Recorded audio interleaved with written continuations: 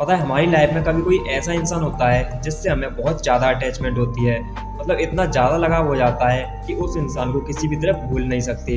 और कोई भी वजह ऐसी आ जाती है कि हमें लगता है कि उस इंसान को भूलना पड़ेगा, तो हम कितनी भी कोशिश कर लें उस इंसान को भूल ही नहीं पाते हैं। उसकी यादें हमारे दिमाग से निकलती ही नहीं हैं।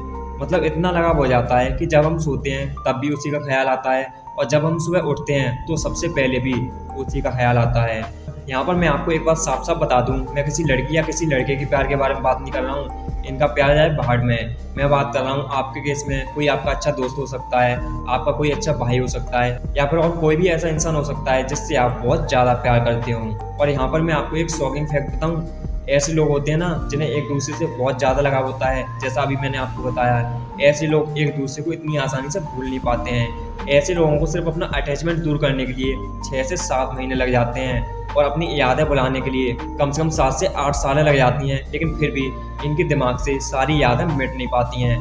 बुढ़ापे तक भी इनके दिमाग में कुछ ना कुछ यादें बची रह जाती हैं। मतलब ऐसे लोग एक दूसरे को कभी भूल ही नहीं पाते हैं। मतलब इतना ज़्यादा लगाव हो जाता है कि कुछ पूछो ही मत। और ऐसे लोग ना हर किसी को नहीं मिलते, नसीब वालों को ही मिलते हैं जो एक दूसरे से इतना लगाव रखते हों। क्योंकि इस कलयुग में तो वैसे भी लोग नहीं मिलते। हमारे जान पहचान के लोग ही हमें मिटाने पर तुले रहते हैं, हमें बर्बाद करने पर तुले रहते हैं। इसलिए अगर आपकी लाइफ में ऐसा कोई भी इंसान है जो आपसे इतना अटैचमेंट रखता हो, तो कभी भी उस इंसान को हर्ट मत करना, कभी भी उस इंसान को परेशान मत करना।